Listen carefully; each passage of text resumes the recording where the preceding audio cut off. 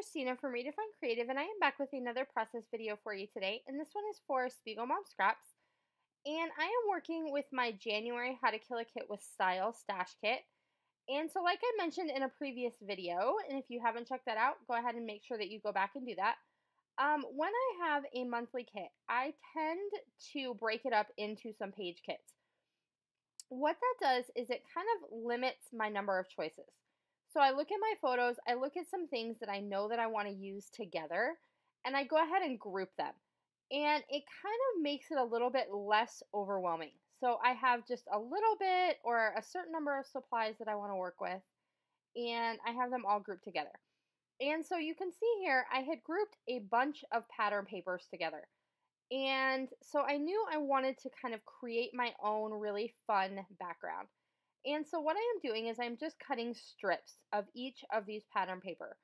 So I have the floral that's from Indigo Hills 2. I have the pink and the green and the text, and those are all from Heidi Swap's Pineapple Crush from that paper pad that I was playing with this month. And then I have my background paper is from Close to My Heart, and it's kind of a ledger paper. And it's got the greens and the pinks in my pattern papers are the lines in the ledger paper. And so what I wanted to do is I cut all of these strips. And then I went ahead and cut them into little rectangles. And they are not all the same. They are all different sizes, all different kind of shapes. And I'm just going to create some lines across my layout. So I'm just trying to kind of mix and match where my patterns go, where the different types of text, so that nothing is kind of right next to the same thing. Excuse me. There's no real rhyme or reason to it, so I'm not putting them in a certain pattern. But I know that I want to have about 4 rows, and they're going to go a little bit towards the upper part of the layout. So like the upper 1/3 is kind of where it's going to start. And then I'm just going to have 4 rows that go all the way across. And so I'm just looking to see if all of these little pattern papers are where I want them to go.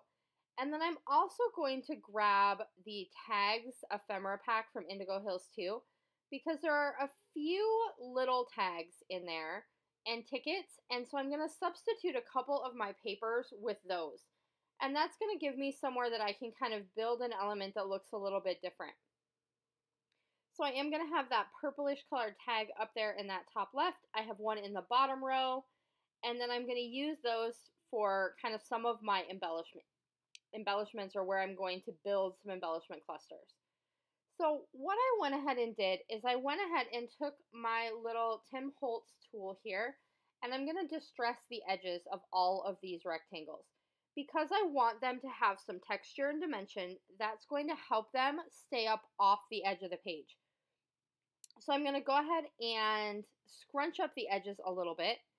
And then I took my sewing machine with some kind of like coralish orange thread and stitched through each of those rows as well. So that's just bringing in another texture, another pop of color.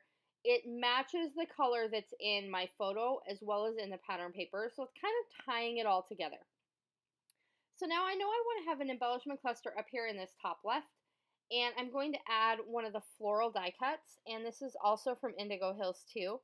And I want to use some dimensional adhesive to create some dimension with the leaves. So I want them to kind of stick up off the page and be curled a little bit, so they actually look like leaves. And then I've added a little phrase up there that says, "This is better than I thought." And then on my other purple ticket in the bottom corner, I've also added a little phrase that just says, "Live in wonder." And then I'm going to take some more of my florals, and they're going to go down in the bottom corner of my photo. So as much as I have the lines that are going to go kind of horizontally through the middle of my layout, I also have my embellishment clusters on a diagonal. So everything is leading you to my photo. All of those horizontal lines lead to my like big emphasis photo. And then my embellishment clusters are on a diagonal straight through my photo. So that's also going to pull your eye into the photo. So everything I do is kind of sending you to my picture, which is what I want the focus to be. I am going to use this watercolor green to kind of create a little bit of a matte behind my photo. and then I'm going to have my florals, one of them underneath the photo and one of them on top. And again, I'm going to add some dimensional adhesive to really make that kind of stand out as a fun design element on the page.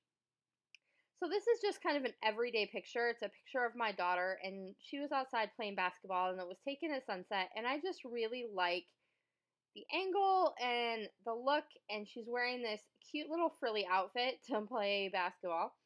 And so I'm going to put a phrase down in the bottom that just says, "Darling, just believe in yourself." Sports were not something that she had a whole lot of access or interest to before she became part of our family. And now, because her brothers and I are such kind of sports fanatics, she is starting to kind of explore that area and really enjoying it, actually. So it's kind of cool seeing her kind of grow in a new area that's more of an influence of our family, which is fun. All right, so I am flipping through the bits and pieces ephemera pack here, and this is from Indigo Hills too, and trying to see if there's anything else I want to use. And that's where this title is going to come from. So I try a few different ones, and I end up going with the one that has the big word darling. And I think that's pretty fitting. It goes really well with all of the colors. And it kind of matches this whole idea that, you know, she needs to believe in herself as she's trying these new things. But then that word darling just really struck me because she's out there in this, like, outfit with ruffles and embroidered flowers and things trying to play basketball. So it just kind of went along with the story and the feel for me. So then I am going to go ahead and grab some of my sequins. And so the ones I am using are from My Happy Heart. I believe those are sold out in the shop right now. You can find the same little navy blue sequins that I'm pulling out of that sequin pack, also in Earthy Treasures and Blue Bonkers. So that same little navy blue sequin that I have been using all the time because I'm obsessed with navy blue lately. There's a few different places in the Spiegel Mom Scrap store that you can find that particular sequin in different mixes.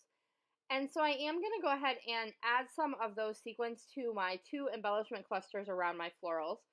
But then I'm also going to add 3 of them in 2 different places right along my stitching line. And that's kind of a really quick and easy tip for you if you want to have more of a complicated look.